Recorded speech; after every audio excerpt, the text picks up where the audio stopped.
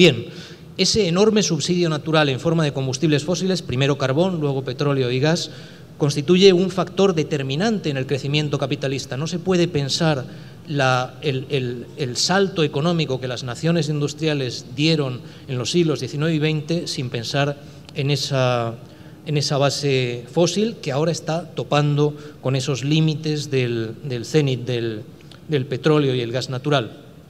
Y si el capitalismo ha sido históricamente fosilista, como lo ha sido, si no hemos conocido otro capitalismo que el basado en los combustibles fósiles, esto tiene entonces implicaciones de gran calado. Ese sería un gran problema que deberíamos abordar. Y el segundo enorme problema es que ahora estamos más allá de los límites del crecimiento. Uno de los grandes asuntos de finales del siglo XX y comienzos del siglo XXI es el choque de las sociedades industriales contra los límites biofísicos del planeta. No es algo que debiera sorprendernos a estas alturas. Se ha celebrado esa cumbre mundial de Río+20 hace pocas semanas, pero Río+20, aunque se llama así por razones en las que también sería interesante desentrañar, es Estocolmo +40. La primera de las cumbres mundiales sobre medio ambiente y desarrollo se celebró en Estocolmo en 1972. 1972 fue también el año en que se publicó el primero de los informes al Club de Roma, Los límites del crecimiento, y, digamos, los rasgos esenciales de la situación que luego ha ido haciéndose cada vez más dramática en la que nos encontramos ahora, estaban bien diagnosticados, eran visibles ya en esos años 70, ¿no? Bueno, cuando tuvo lugar aquella cumbre de Estocolmo en el 72, la humanidad no estaba todavía más allá de los límites del crecimiento. El título del informe, aquel, The Limits of Growth, era un ejercicio de prospectiva y decía, bueno, si seguimos por la senda en la que estamos, vamos a traspasar esos límites del crecimiento, pero luego sí que los hemos traspasado. De hecho, ¿no?, en los 4 decenios que nos separan ahora de Estocolmo 72, hemos traspasado esos límites del crecimiento. Una forma de verlo es, por ejemplo, empleando pues la metodología de la huella ecológica, ¿no?, que se desarrolló hace ya unos años, y que es una forma de trasladar impactos ecológicos y ambientales a términos territoriales. Lo que hace es cuantificar lo que estamos tomando de los ecosistemas, tanto en recursos naturales como en servicios ambientales, y trasladar eso a hectáreas de tierra fértil, ecosistemas productivos, tanto en la tierra como en el mar. Bueno, pues si uno hace ese cálculo para la humanidad en su conjunto, con las enormes diferencias que hay entre norte y sur, entre cómo se aprovechan y explotan esos ecosistemas en distintas sociedades, pero haciendo el promedio mundial, resulta que hacia 1980, o sea, hace ya 3 decenios, hacia 1980, la demanda ecológica conjunta de la humanidad medida con la herramienta de la huella ecológica ya superó la biocapacidad del planeta, es decir, lo que de forma sustentable en el largo plazo el planeta puede dar de sí. De eso hace ya 3 decenios. Desde entonces estamos en esa situación de extralimitación, de choque cada vez más violento contra los límites biofísicos del planeta Tierra, ¿no? Por eso nuestra perspectiva hoy, en parte, no es ya tanto, no debería ser ya tanto el proponernos construir una sociedad perfecta o algo que se acerque a una sociedad perfecta, sino también, y muy en primer plano, tratar de limitar daños y sobre todo tratar de evitar lo peor, porque algunos de los procesos a los que me he referido, esos procesos a los que me he referido, los 3, que son quizá los más importantes, pero solo una parte de esa crisis socioecológica en la cual vivimos ahora. Les he mencionado el cenit del petróleo y los hidrocarburos fósiles, en primer lugar, el calentamiento climático, en segundo lugar, y la hecatombe de diversidad biológica que estamos causando, en tercer lugar. Cada uno de esos 3 procesos es de naturaleza irreversible en términos humanos, en términos de la historia humana, y lleva consigo un potencial destructivo enorme, ¿no? Y ahí ya digo, pues nuestro miedo quizá más profundo es que apenas tengamos ya tiempo para evitar lo peor. Bueno, en el pasado, si pensamos sobre todo en el siglo XX, que fue trágico, las élites que controlaban los estados industriales modernos no fueron capaces de evitar lo peor en el siglo XX, ¿no? Desastres de la magnitud de las guerras mundiales que ustedes conocen, aunque se vieron venir, sin embargo, no fueron evitados, ¿no? Hoy nos preguntamos si los estados y las élites que siguen al mando en los estados van a ser más diestras, capaces y afortunadas que en el siglo XX.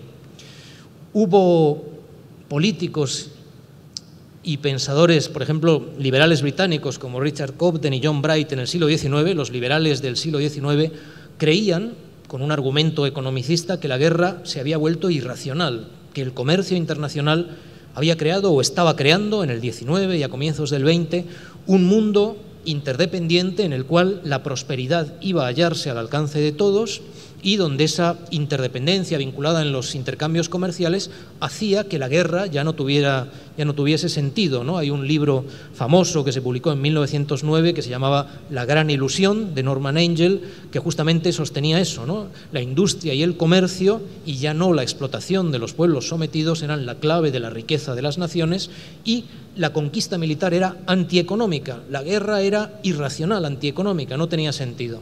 Bueno, ese libro, que fue un bestseller mundial en 1909, está 5 años antes de 1914, ¿no?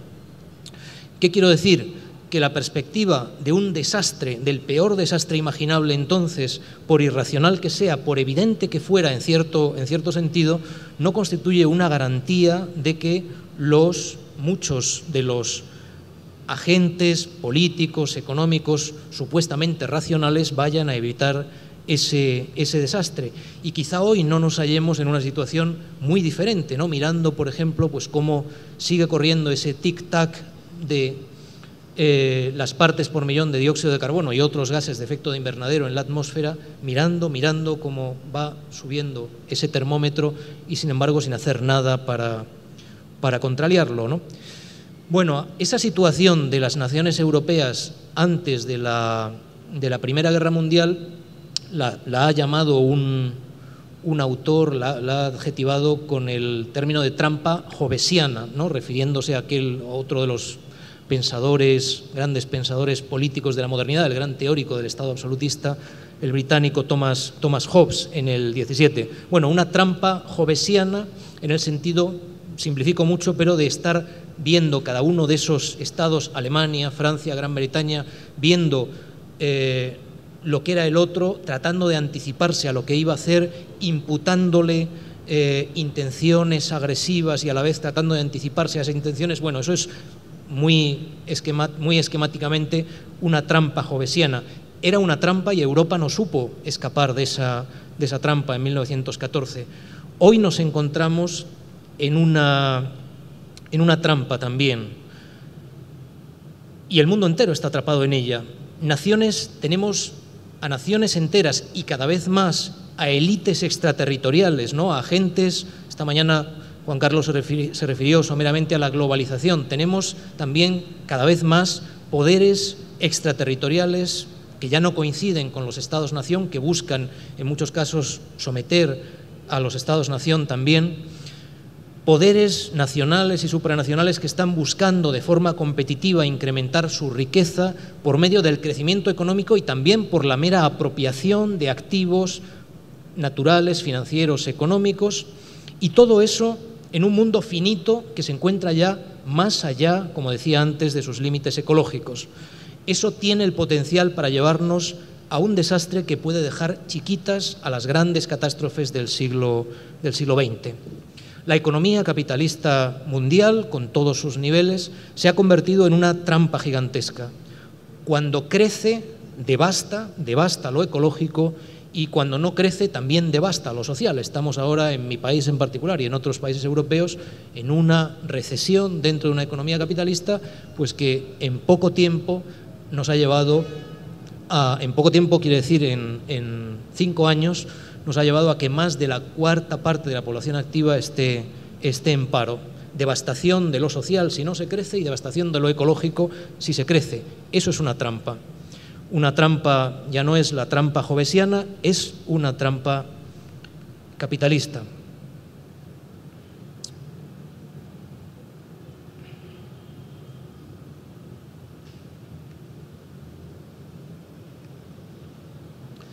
Por eso nunca fue objetivamente tan necesario lo que podemos llamar, yo llamo ecosocialismo, no ya un socialismo que se fije solo en las relaciones entre seres humanos, sino también un socialismo que se fije en nuestros vínculos de seres humanos y de sociedades con la naturaleza.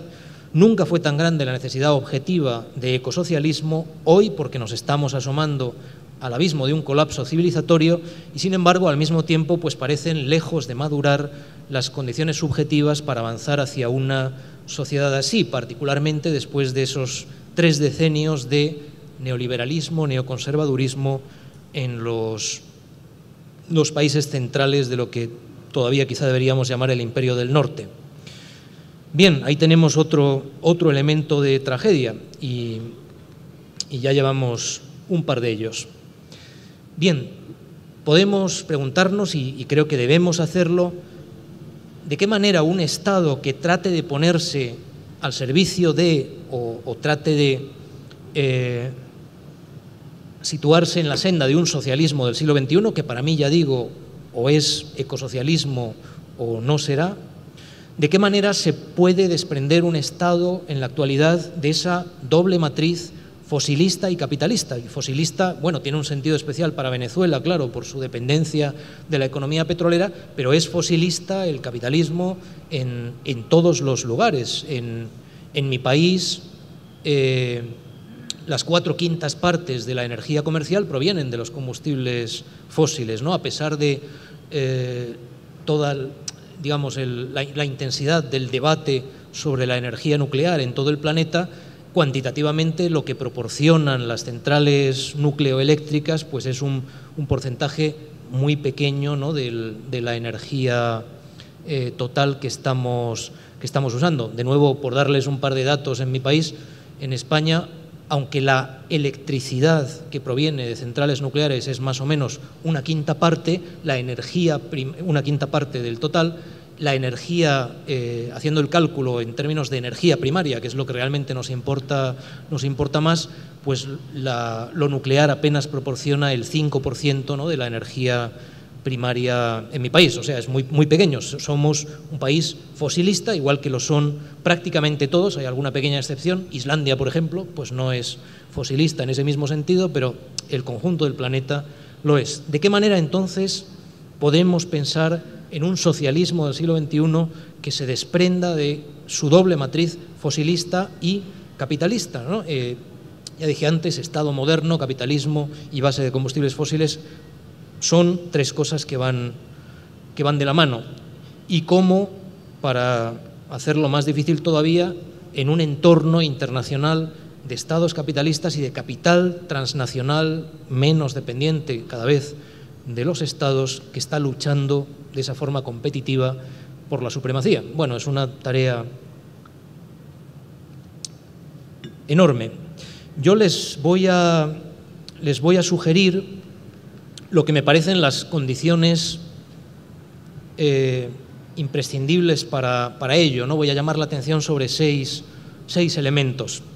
En primer lugar, cierta desconexión de los mercados internacionales, la cual no debería conducir, y ese es el reto, al estancamiento económico y tecnológico.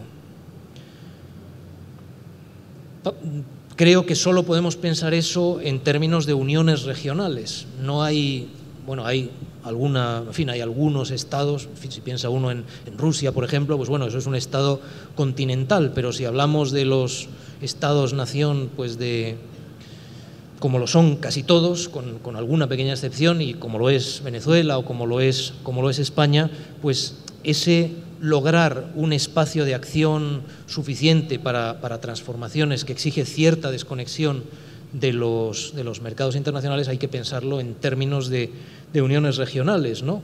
Ustedes están aquí pues con el ALBA y Mercosur.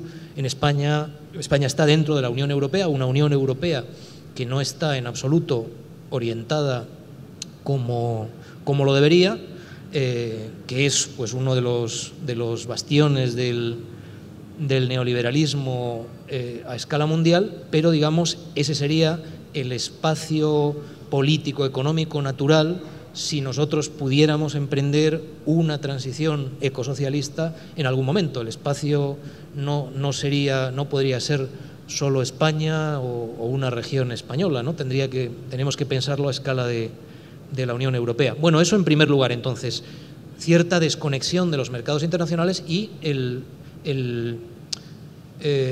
reto ahí de conseguir que eso se haga sin que lleve, por ejemplo, pues a un estancamiento técnico y económico, que es un riesgo real. Bueno, en segundo lugar, base energética renovable. No podemos pensar un socialismo del siglo XXI con una base energética que no sean fuentes renovables de energía. No tengo tiempo para argumentarlo demasiado, pero sí que lo he hecho he hecho llegar a los organizadores del curso introductorio de la maestría varios textos, y entonces algunas de las cosas que ahora estoy exponiendo demasiado rápidamente las van a encontrar ustedes más desarrolladas ahí, y si hay tiempo luego volvemos sobre ello. Una humanidad que quiera tener futuro sobre nuestro planeta necesita conectarse a la misma gran fuente de energía con la cual funciona la vida en nuestro planeta, la biosfera, y esa es la energía del Sol.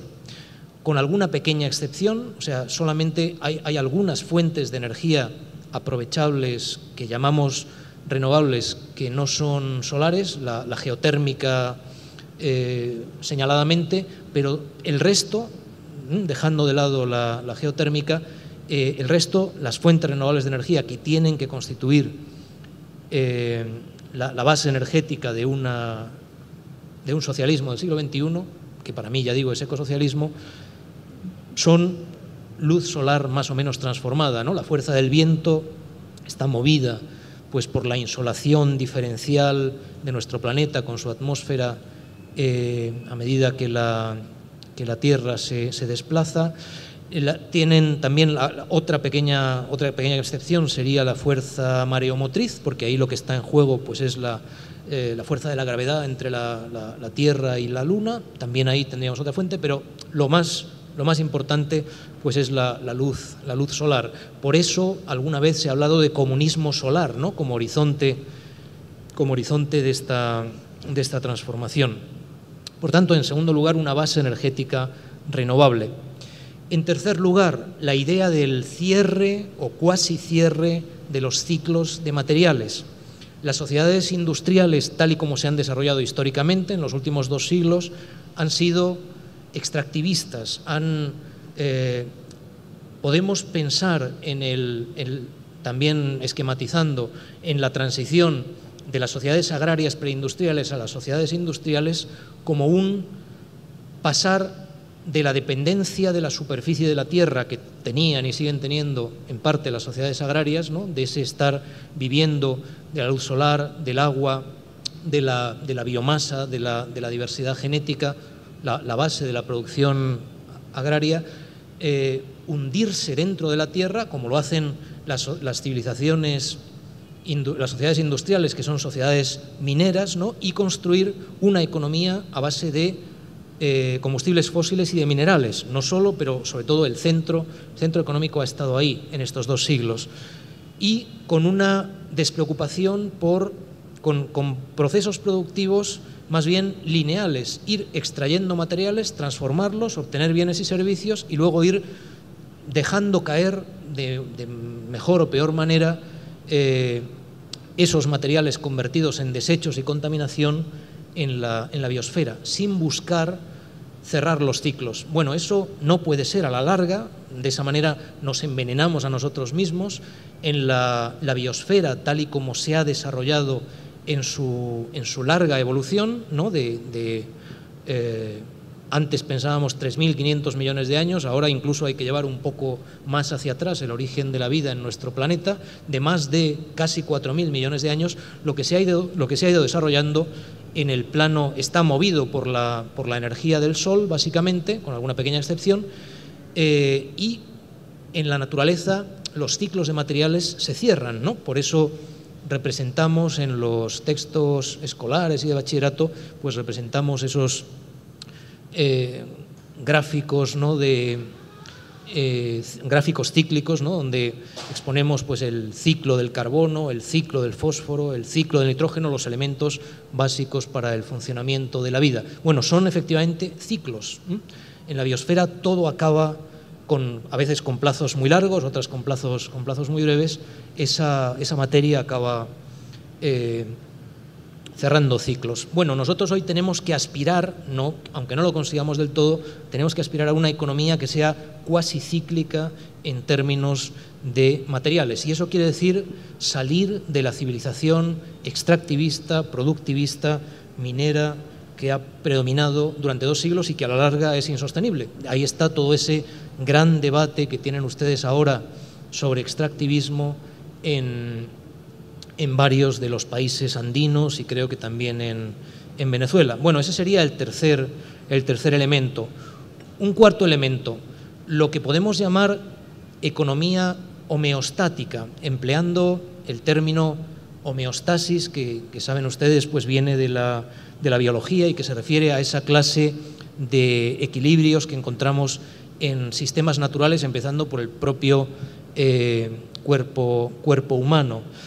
Los anglosajones han propuesto hace tiempo para esta noción, y lo han desarrollado algunos grandes economistas como Herman Daly, por ejemplo, y de hecho la idea está incluso en economistas del siglo XIX como John Stuart Mill, uno de esos economistas clásicos, la idea de un steady state economics.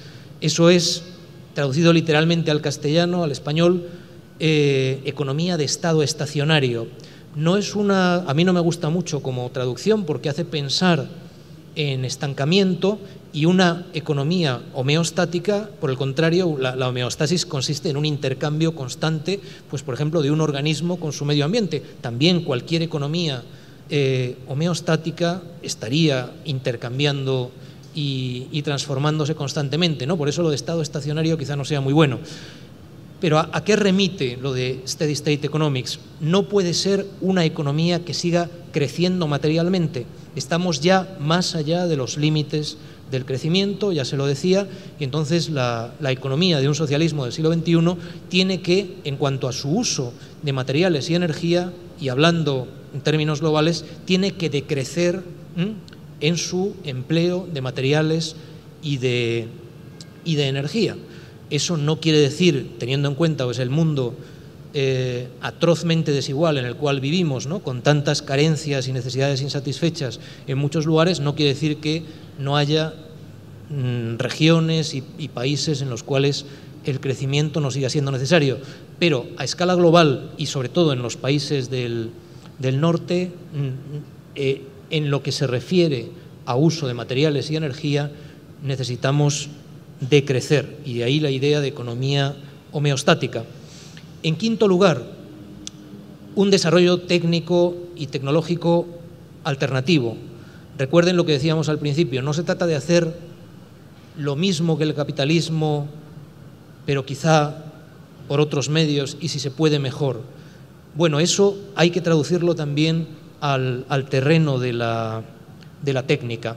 Yo ahí suelo manejar 2 principios, lo encontrarán también mejor explicado en los textos que ya les harán llegar desde la maestría. Suelo hablar de 2 principios muy importantes, que son el principio de biomímesis y el principio de precaución. Principio de precaución, igual esto les debería sonar más porque está en circulación desde hace más tiempo, es una noción que viene de los años 70 del siglo XX. El principio de precaución referido al desarrollo técnico hoy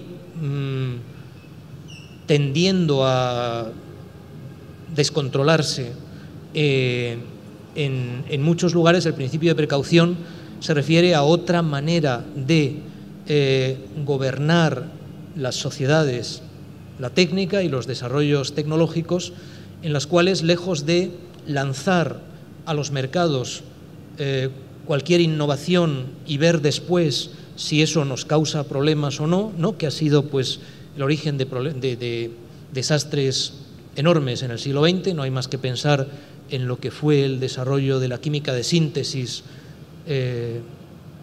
a lo largo del siglo XX, con muchas luces y también con muchas sombras.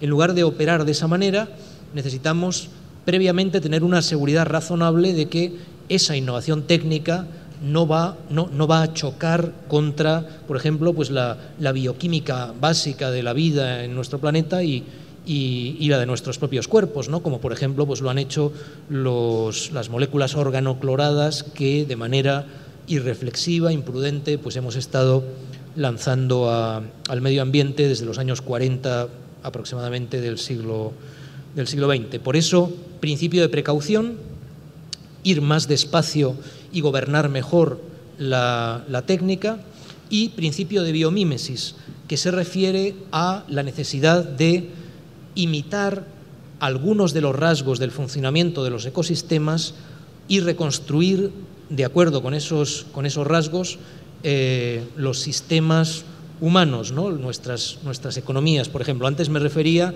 a ese intentar cerrar o casi cerrar los ciclos de materiales. ¿Por qué? Pues porque los ecosistemas lo hacen de esa manera, la biosfera lo hace de esa manera, y si nosotros queremos engranar nuestros sistemas productivos, nuestra agricultura, nuestra industria, nuestro transporte con la biosfera, tenemos que ser capaces de imitar cómo funciona en algunos de esos rasgos. Bueno, esa es la noción de biomímesis que luego, si hay tiempo pues, y quieren, pues les explico un poco más. Y luego, en sexto lugar, yo pondría el impulsar tejido social y democrático de base con una noción fuerte de ciudadanía. Eso se podría desarrollar mucho, tendríamos que hablar ahí también de democracia, de procesos de democratización, pero es, en cierta forma, pues es no es, aunque lo nombre en último lugar, es lo que tiene que estar en primer lugar. O sea, no podemos pensar en transformaciones del calado de las que estoy evocando, pues no sé, como algo que otorgase una élite tecnocrática ilustrada, porque las cosas no van a venir por ahí. Ahí tendríamos pues también todo un debate. En los últimos años se ha hablado bastante de ciudadanía ecológica, ciudadanía ambiental. Tendríamos que trasladar ese debate a los términos de ciudadanía ecológica socialista. Bueno, aunque he preparado un texto escrito un poco más largo, voy saltándome alguna de sus partes, luego ya también lo difundiremos, y voy a acabar mi exposición con evocando el recorrido de una imagen importante, una metáfora importante. Ya saben ustedes también, pues también esta mañana lo recordaba Juan Carlos Monedero, lo importante que son para nosotros las metáforas y las imágenes. No podemos pensar ni hablar sin imágenes, y al mismo tiempo pues las imágenes pueden ser también pueden también tendernos trampas, nos pueden desencaminar. Es un asunto bien complicado, ¿no? Bien, antes mencioné en cierto momento a Thomas Hobbes, ¿no? Uno de esos grandes de la filosofía política, aunque uno de esos a quien uno lee más bien con la idea de sortear y evitar, si es posible, los malos caminos, ¿no? Que en Hobbes están dibujados algunos de esos malos caminos con una claridad meridiana. Fue el gran teórico del Estado absolutista en el siglo XVII y profesó un mecanicismo muy severo, ¿no? Era un pensador materialista mecanicista. Para él, tanto la naturaleza como la sociedad era un mecanismo cuyo funcionamiento había que explicar científicamente, y emplea precisamente una famosa imagen en el prefacio de una de sus obras sobre el ciudadano, la imagen de un reloj que hay que, decía Hobbes, desmontar en sus piezas, ¿no? Para entender cómo funciona y luego volver a reconstruirlo, ¿no? Y esa era también su idea de método científico. Bueno, esta imagen del reloj, el reloj que uno desmonta, el reloj que uno vuelve a montar, no es una imagen cualquiera. El reloj mecánico es uno de los artefactos centrales de la modernidad. De hecho, hay quien ha sostenido que para pensar las sociedades industriales casi tendríamos que pensar más en términos de la invención del reloj mecánico y su desarrollo que de la máquina de vapor, por ejemplo, ¿no? Aunque asociemos tan estrechamente pues, la revolución industrial con la máquina de vapor. Pero no, decía un gran pensador del siglo XX, Louis Mumford, insistía en que el reloj mecánico es uno de los avances tecnológicos más trascendentales de la sociedad occidental, porque fue lo que permitió disociar el tiempo de los ciclos naturales y llegar a la noción de tiempo abstracto, y por ahí pues llegaríamos también a la noción de tiempo de trabajo abstracto y a muchos lugares, ¿no? Decía textualmente Mumford: el reloj y no la máquina de vapor es la máquina clave de la moderna edad industrial.